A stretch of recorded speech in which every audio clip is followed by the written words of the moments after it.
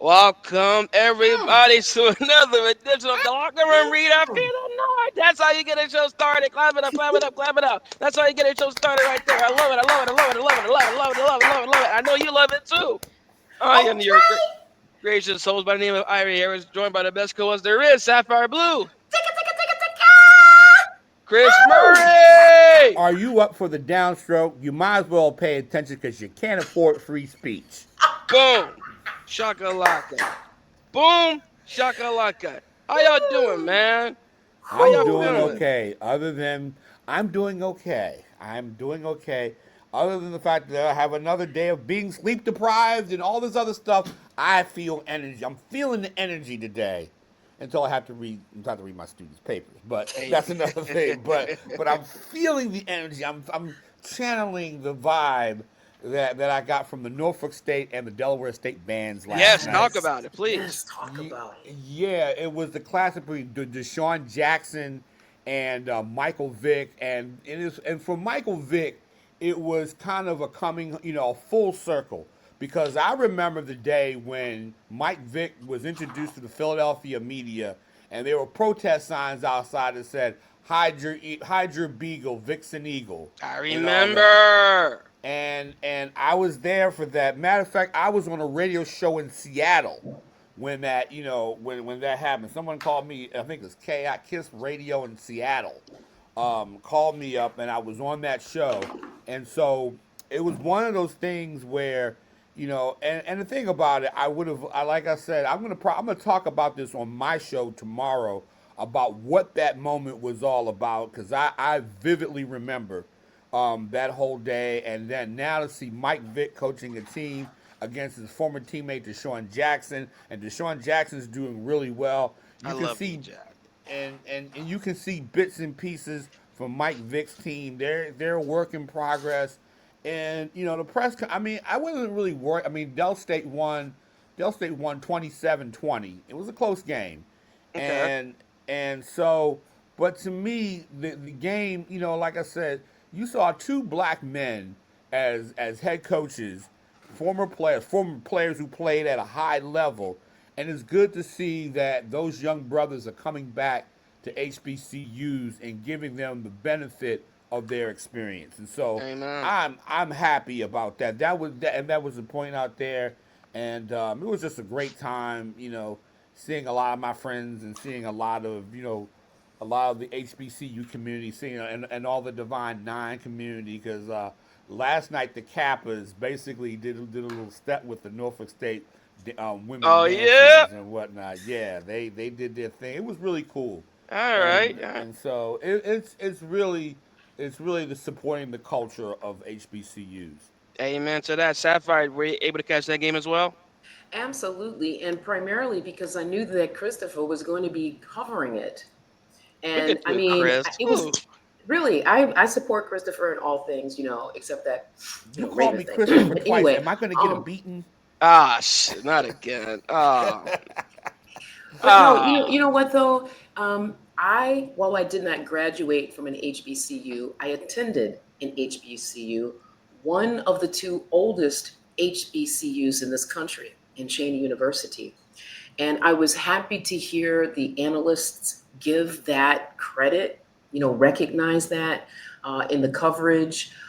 It was also it was emotional for me because of that.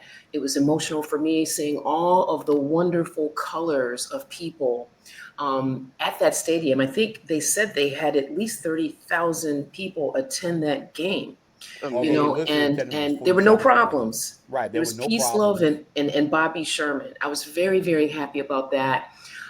And then to see Michael Vick and Deshaun Jackson, I mean, God, that took me back to the days. We're talking 25 years ago, gentlemen, Nah, right?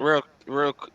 That's a fact. And real quick, Chris, where can because I know you wrote in the game or you have a coming on the show. Where can we find your work? You can find my work at phyllissun.com.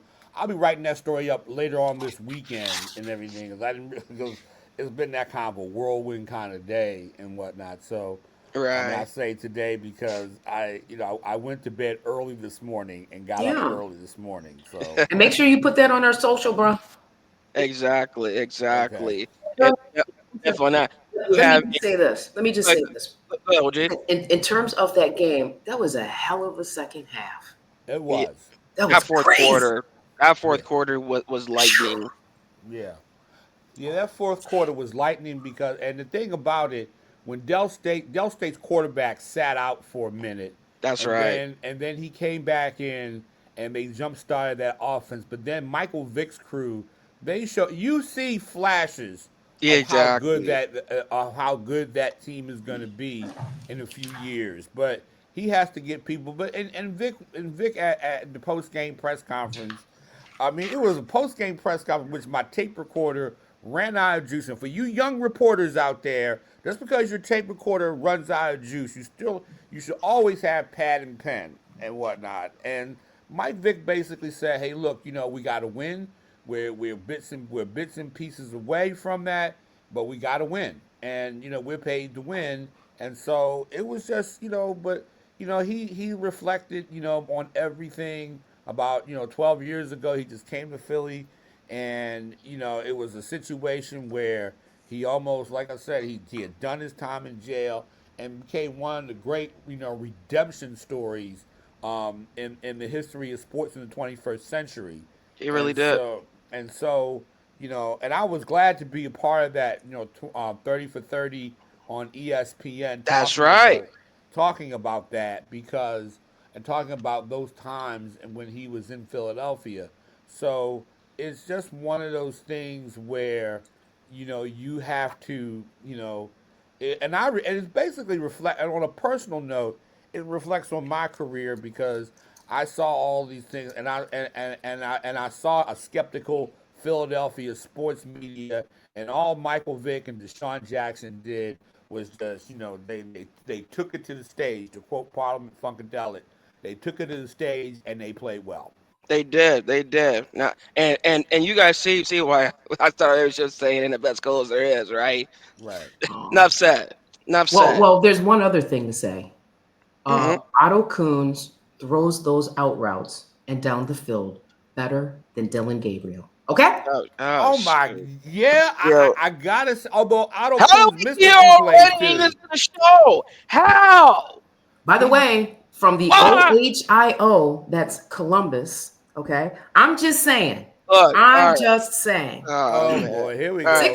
go. 63208. Okay, let me Let me stop. Let pay me these stop. bills first. Let me Hold pay on. these Hold bills. on. Let me Let, pay let, these let, bills. let All the right. man Just pay the saying. Just bills, saying. Let me man. Just pay the saying. bills. Pay the bills, man. Pay First the bills. first of the month coming up. First of the month now, actually. It's Pay the the first bills, of the man. You may look. month. Everybody been waiting on it. I already know about it. Some people asked about it. So guess what, man? It's here. All right. Brand new. You don't even know lineup for these. Sweatshirts or coffee cups. I mean, at where? My BGC merch. Just go to our website at bgcsports.net. Customize your sizes and colors.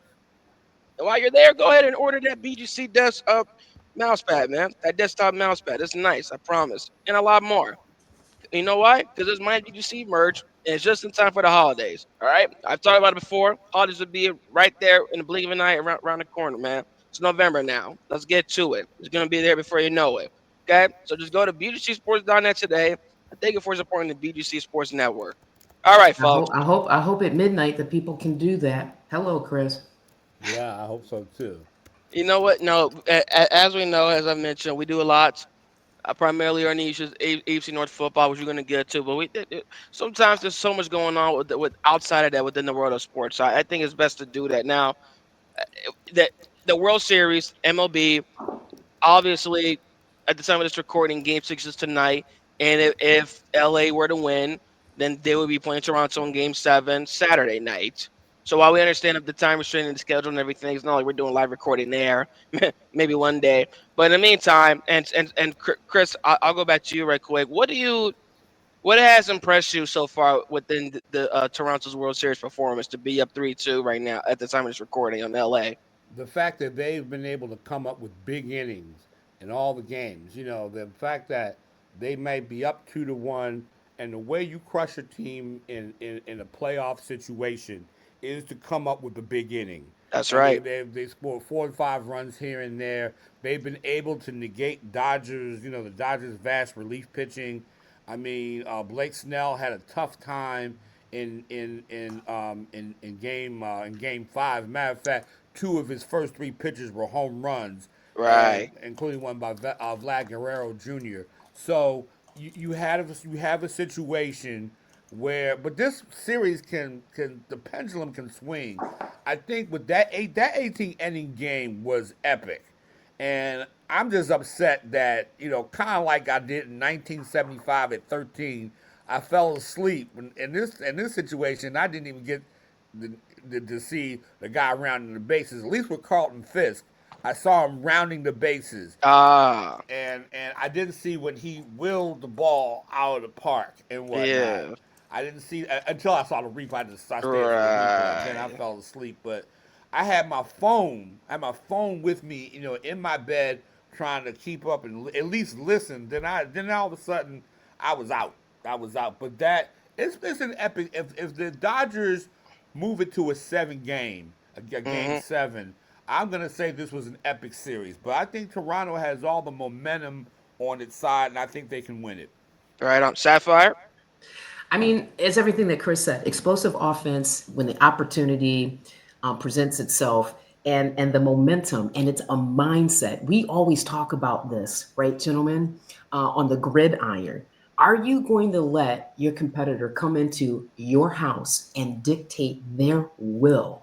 And I think I'm seeing the Toronto Blue Jays do that. And when they need pitching, I mean, when it matters, they have pitching when it matters. I'm very excited.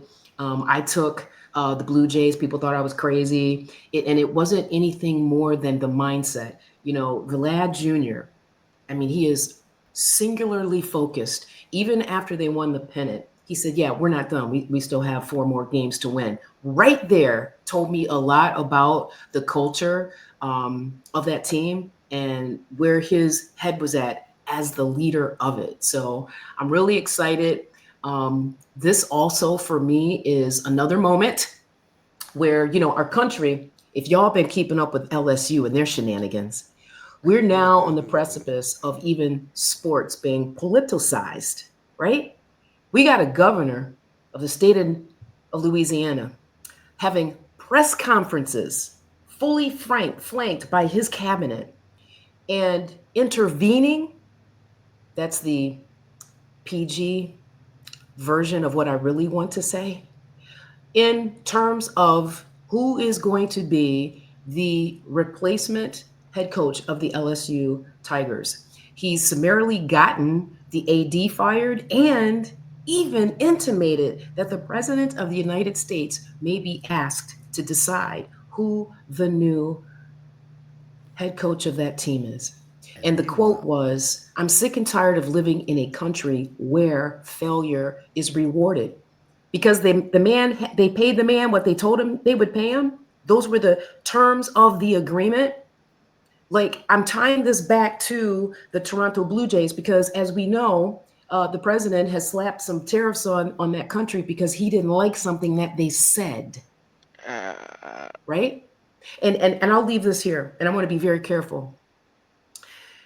This harkens me back to a time when one of the biggest monsters on this planet had to sit and watch Jesse Owens, hello, obliterate, obliterate his track and field team. All of these different things are coming together and very subtly. And we've got people probably on their bended knee praying to the good Lord that they'll be able to afford groceries for come their on. families at midnight tonight, going into a holiday season. Okay, the biggest time of the year for retailers and the people that they employ, right? So, I mean, we talk about sports, but we also talk about the intersection, as Christopher Murray so eloquently has written and published. Talk about the intersection of sports with culture and politics and genderism and all of it. This is the day and age that we live in. I am so rooting for my cousins to the north because a number of those players are American. And I am an American League supporter. So I wish the best for the Toronto Blue Jays. So Sapphire, what the- you're saying? Oh, well, go ahead. real Go ahead. quick. real quick, Chris, if you can hold on that, because we do have to end this segment. Okay. Just real quick, going into over. This is the locker room readout slash Straight North. You get everything you get. It's straight raw. You love it. I'm Irie Harris. That's Saphyr Blue. Chris Rank. They're not going nowhere on that dot. So I have to ask you guys a question. Okay. We talk about we have all these distractions, and yet people, we take for granted. I go to the ballpark, and I might, they may have an omelet table and all that. Meanwhile, people are losing their SNAP benefits, and they're losing these things. We're here, like I said, now we're in a cruel age of. They used to say, "Give them bread and circuses." Now they ain't giving out no bread. What's up with that? Anybody, one of y'all can take that question. Like I feel a lot, I feel a lot that, first of all, for me, Mm-hmm. Black people have been so beaten down by the systemic, um, I'll say, protocols in this country. I think Black people are going to be okay because we know based on decades and centuries how to just get by, Yep. right? I think about the depression era and how I understood from my ancestors that while other cultures were jumping out of the windows because they lost all of their equity, it really didn't have the same impact on blacks because some of us are still sewing in dollar bills in our curtains, okay? Putting Mm-hmm. money under the mattress, okay? And the the neck of the woods that I come from, neighbors actually help each other. We still take each other coffee, look out for each other if there's a FedEx package or something that's delivered. Like the whole premise of why we're here on this planet, in my humble opinion, is to help one another, And I don't care about the minority of people that are abusing the system. Gentlemen, we are looking at a potential that children will go hungry, men and women will go hungry, the elderly will go hungry. Like, this is not representative of the United States of America. I think that is our number one duty, is to take care of each other. And whatever side of the politics you're on, whatever you want to call yourself, at the end of the day, can you look someone in the eye that's starving? Are you really going to be okay with that? Like, the whole point of the holiday season is to fellowship with family and friends. Can you sit and eat your turkey dinner knowing that there are people who are starving? Like, I just don't understand what this is. We are the greatest and wealthiest country on this planet. This is pure evil. I'll, t- Yep, I'll, t- I'll, t- absolutely. I'll tell you what, OG. Them ASPCA commercials got nothing on you right now. Mm. No, they absolutely don't. And my thing at the end of the day, man, and I'll get get back. I want to hear your thoughts on this too. Is the fact that we're enjoying sports. We love sports, and usually sports is a diversion from what we are experiencing. But we're at a part where what we have to. If you have to dance through what we have to live through, to quote Parliament Funkadelic, you can dance under the water and not get wet. That's where Mm. we are right now. We just it's sad. Hmm. We're in a sad state of affairs, but so the state of Louisiana would rather Hmm. focus on a coach that they fired rather than in Hmm. places like New Orleans and Baton Rouge, Hmm. Shreveport, and all these places where people are poor and Hmm. whatnot, and in some cases a lot more violent than a lot of the democratically controlled cities that people like to say. You know, it's this is appalling. I read your thoughts on this. Yeah, it's a lot going on in this country, and I think we're seeing it. We're seeing it take new levels of going further into the ground than we've seen prior. It's like having low expectations where you just somehow set a new low each time.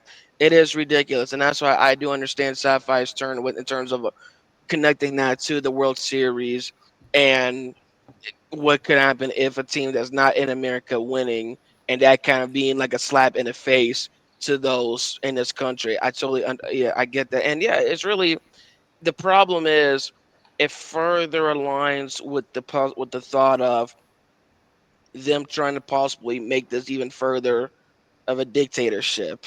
Because Hmm. why even have to answer or get to that when you should have your circle of decision makers right there? Absolutely.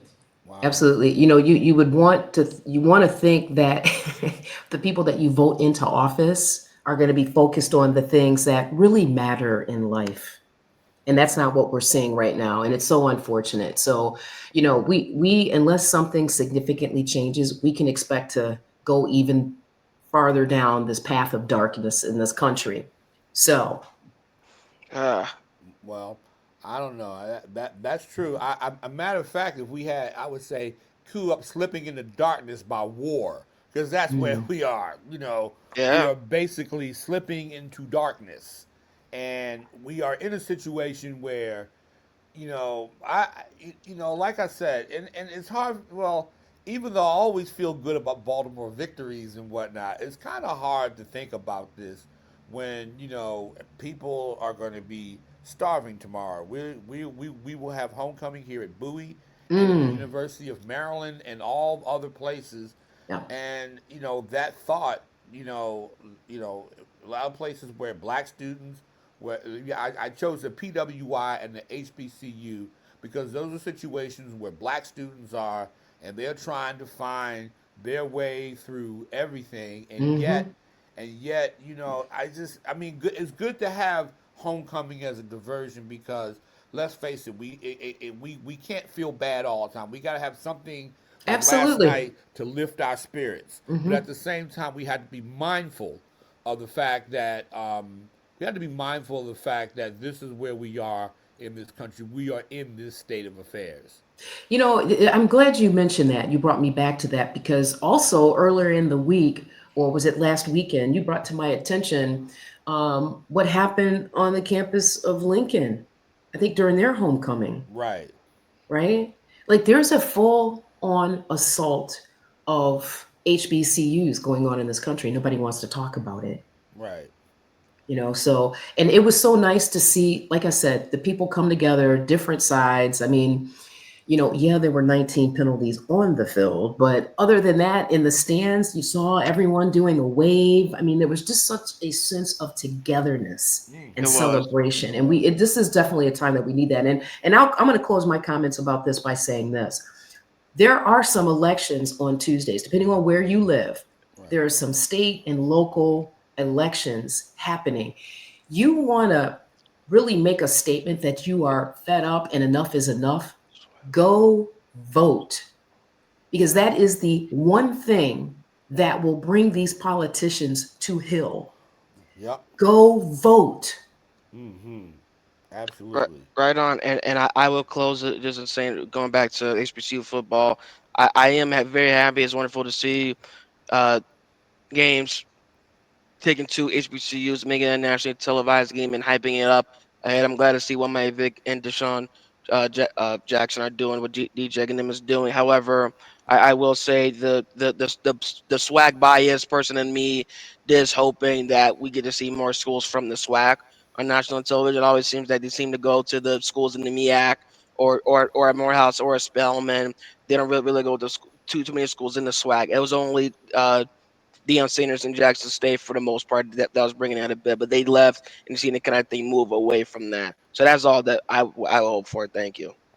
Thank you, Chris. Yeah, so definitely a lot to dive into on that. And you mentioned the word darkness earlier, and really the darkness that this country is taking. With all due respect, I see it kind of being no different than this AFC North division right now. What even is this division right now, guys? Huh?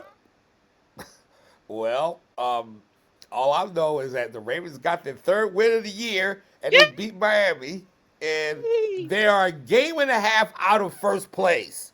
Okay, so the Cincinnati Bengals. The division has basically sucked this year. That's all I can say.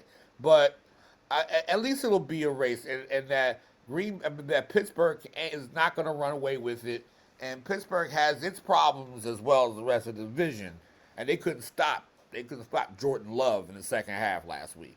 Right, right. This is well, you know what though, Chris. I'm gonna be honest, man. The win, the way they won, impressive. Lamar Jackson, impressive. What was it? 203, I think. 4 touchdowns. 4 touchdowns. Yeah. What was it? Like 18 of 23, I think. Throwing like, or no, 204, I believe. Impressive. However, and I hate to put it this way, but their 3 wins right now this season. Actually, 2 of their 3 wins this season have come against fellow losing teams. Does that make you feel? Does that still keep your hope up, Chris, even of them winning, or do you have to take that into effect and think, well, they're only beating the best of the worst right now? Well, you got to take one step at a time. I'm still somewhat skeptical about playing when they play somebody good, when they play somebody really, really good. I'm still worried about the defense. The defense is in this sort of weird, we break, but we bend, but we don't break.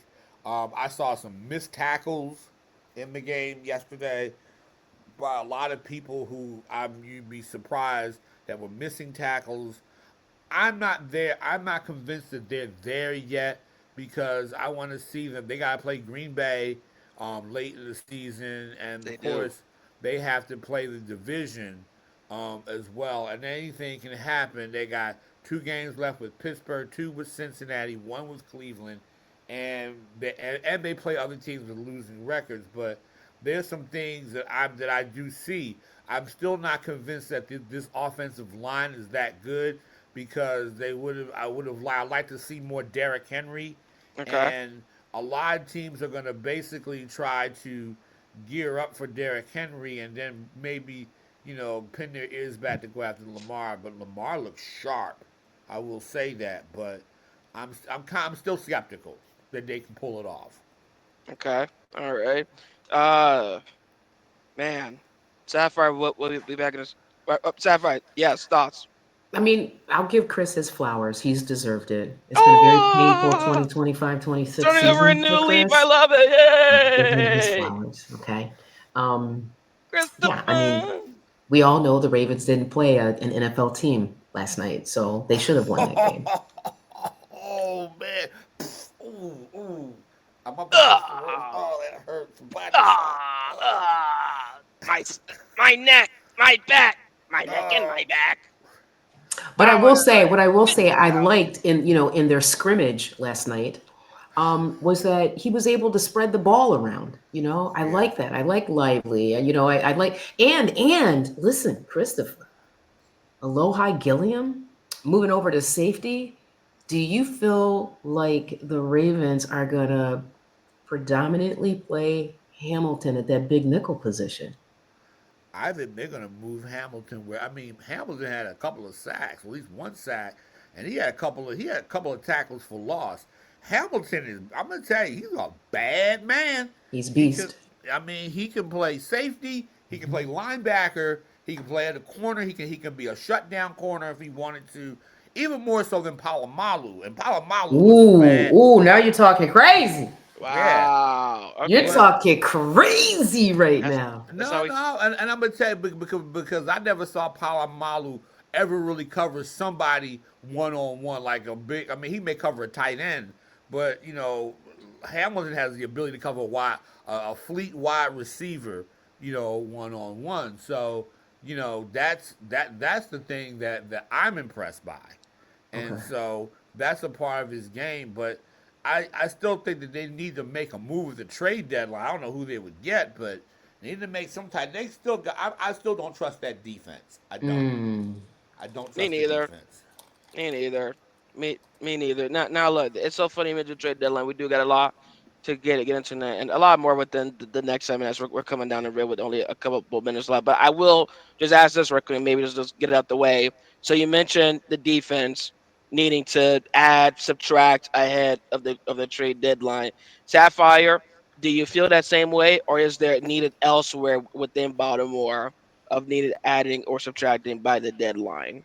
You know what,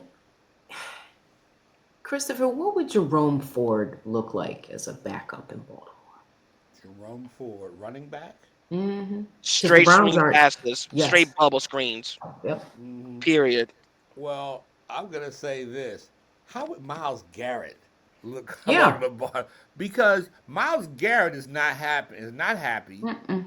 He's not happy, and like I said, he is Kate from The Godfather. Mm-hmm. After her husband said the Corleone family will be legitimate in 5 years, and that is what the Cleveland Browns organization has told Miles Garrett, and he said we're going to be legitimate, and he's saying, but that was 5 years Yeah, ago. you're So right. You're right. You're right. I Uh, was I was I was saying to YG, I was speaking to that as well. But going back to Irie's question, I kind of feel like Baltimore needs another running back. mm. Well, I mean, they got Keaton Mitchell. They got this kid Ali. They got to utilize what they have. That's my problem with Todd Munkin right now. Keaton Mitchell is your speed back. Give him the ball. Give him. He's the changeup from Derrick Henry. I mean, am I right? I mean, Keaton Mitchell can play. This other kid, rookie Ali, that got returning kicks. He can run the football. I don't know why. I just don't know why. He's. I don't know why they don't give him the ball more. I don't get it. well, look, I'll say this as we come to a close of this segment. I understand Miles Garrett not being happy, not being that's totally good. I totally understand that. But then Friday, his direct deposit hits, and I think his feelings changed a little bit after that. Monday through Thursday, he's angry, mad. You see that direct deposit hit? He loved the orange and brown again. All right, we are back, and it's just for this segment, myself and Sapphire Blue. Chris Murray didn't have to exit early, but we appreciate you, brother. Thank you, OG. We know that this live segment would hit different with you here, but we're going to do our best to make it possible. All right, so leading off, carrying over from what we spoke about in the previous segment, the trade deadline. Now we do have three other teams to go into, and we can go into it briefly: Pittsburgh, Cincy, Cleveland. But I think it's like this: Pittsburgh's Pittsburgh simply just got beat. It shows that they have a lot more that they have to work on throughout the season. Cincinnati suffered a bad loss to the Jets in which they blew a big lead, in the fourth quarter.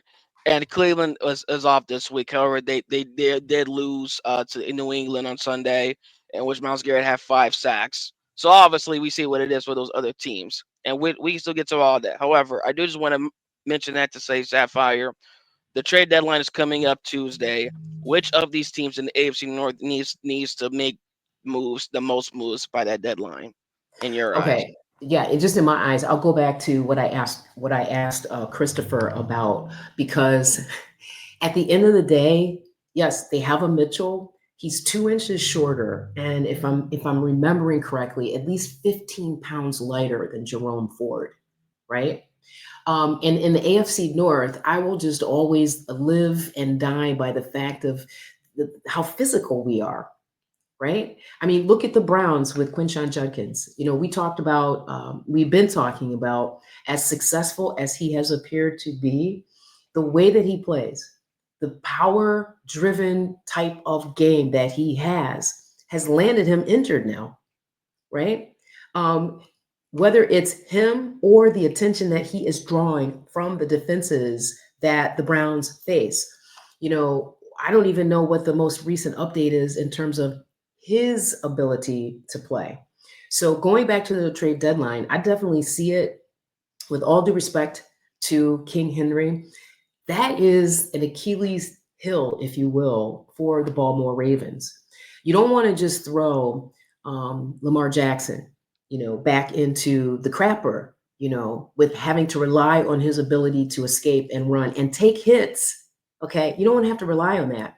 I think the Ravens were spot on and very strategic in holding him out even until last night. I wonder, I truly wonder if there's not more to his injury, right? So to have another back, another option, to me would most benefit the Ravens in terms of a trade. Is I mean, the Ravens are still. When I think about the Ravens, I do think it's natural to say this just in terms of them being like. I guess what I'm trying to get to, OG, is because of the injuries and because it's further led to the losing record that they have right now. I mean, the fact that Lamar Jackson missed making his first appearance after missing the previous 4 games. Mhm. This is a team that we expect to be better, but I always think back to at week 1 after that close that blow when they blew the lead to Buffalo and the way that they came out and the way things came down after that fumble from Derrick Henry. And I remember you said it, OG. You said it's gonna go downhill afterwards because Mhm. of the way that they came out in that game, the emotion, emotional investment in that, knowing the shortcomings that the team has suffered the last couple of years, and now it's coming down to this, and it makes me wonder if that would still ring true if not for the injuries being the one out right now, the one excuse for their record right now. 'Cause I don't think they would be winning this division or leading still, regardless if they were fully healthy. You get where I'm coming from? No, no, no. I do. I absolutely get where you're coming from. And I will agree with that. I will totally agree with that. And we've been watching football long enough to know there's a 53-man roster. And I hate this phrase. I hate it to my core. And it is what it is. Next man up, Next man right? up. The Ravens are very fortunate that the AFC North is not really that good this year, It's right? really There's not. no clear cut team that's running away. We were looking at Pittsburgh, and then we're kind of seeing maybe the what's the word? The return of some dynamics that could be affecting the way those players are coming together. And I'm planting the seed right there. I'm just going to leave that right there. Okay. So, look, the Ravens now are full scale. They have all of their main players back. I don't know that there's anyone that's still on that injury list to the extent where, they can't play. And I really think there's something to be said about this trade that they already did with, I believe it was the LA Rams that Gilliam came from. And now putting Hamilton in a position to kind of like Yeah. forage in that defense. Right. And again, with all due respect to the Miami Dolphins, that was a scrimmage game last night. That was Oh, a it was tune up, bad.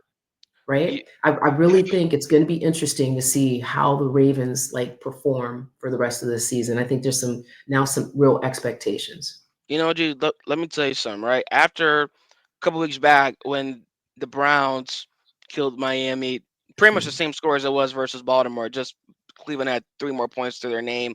I remember after that loss, I went to the opposing locker room and I went to go hear the Miami players and coach talk, and it was definitely an interesting hour from with to Mike McDaniel. But before they spoke, it was Bradley Chubb, I guess the face of their defense, and he said something that was so interesting to me. And I know that they won over Atlanta in the week after Cleveland and before Baltimore, but the fact that after that loss to Cleveland, when asked about what happened, where did things take a turn, Bradley Chubb said, and I quote, "Yeah, man, like it, you know." Like the energy was different, man. People were flying. So and so was flying. So and so was flying. He said, and I quote, OG. He said, "That's the most energy that I felt from that side of the ball." And I know we're talking AFC Mhm. North football, but when I heard that, I just, oh my gosh, I said, Mhm. "That's when you feel the most energy." And Mhm. so, even though they won over Atlanta, I don't think anybody expected that to sustain, and I was not as surprised to see that, especially when Lamar was deemed to be coming back, to see them play and perform the way that they did, especially on the defensive side. So, to your point, it was a scrimmage, and it sucks to even say that, well, including an NFL squad, but that's what it is right now. Okay, so Absolutely, absolutely, and it's if I'm remembering correctly, when you look at the Ravens and compare their strength of schedule to the Steelers for the rest of the year, they're in a more advantageous position. You yeah, know, I mean, it's exciting, and then I think at the same time, Chris's sort of reservations about the defense are real because he's already thinking about like Buffalo. He's already thinking about like Kansas City because he knows, and that's the thing that I value most about winning organizations. That's different starkly from an organization like the Cleveland Browns. People are satisfied. They're satisfied with 2 wins going into the bye. That's the new, Right. you talk about the Louisiana governor rewarding failure. That seems to be the new norm, right? Whereas Right winning on. organizations like the Ravens know, okay, yeah, this is all great. We won the game. We're happy about that. Our defense has been playing better. I think the last 3 games they've not permitted more than what is that, like 13 points per game on average. That's a great like sign for their defense. But at the end of the day, it's about the Super Bowl, It is. and that's Now, the difference. Cincinnati. I'm gonna be honest. I'm not going to over exaggerate over the blowing the lead to the Jets. I still think this is a team that can give Pittsburgh a run for the money in the divisional race. I don't think they'll win it, as we already made our picks earlier in the year. But that's how I feel. I think that we'll see this team more likely turn a new leaf in the upcoming matchups with New England, with Pittsburgh, with Chicago. Do you feel similarly or opposite? Well, I mean, injuries again, no excuses. You have your starting quarterback out, you have your backup, your alternate quarterback injured, right? And along in the tooth, backup, alternate quarterback injured. They're still struggling defensively, They right? are. They And are. the off the field like organizational issues. If I'm not mistaken, they've now had a third player ask to be traded. Yes, they did. Brought up my next point. That is correct. So, and I'm going to let you go deeper into that, but when I think about those things, you're already in the trenches every Sunday or Monday or Thursday night game, and now you've got these types of distractions, and what is the impact on your team? I just don't see where, other than spoiler within the AFC North, I don't know what other potential the Cincinnati Bengals have for this season. I do not either. And yes, that is McKinley Jackson who made the request to be traded, and All on it's defense. it's chaos. All on Yeah, defense, it's chaos.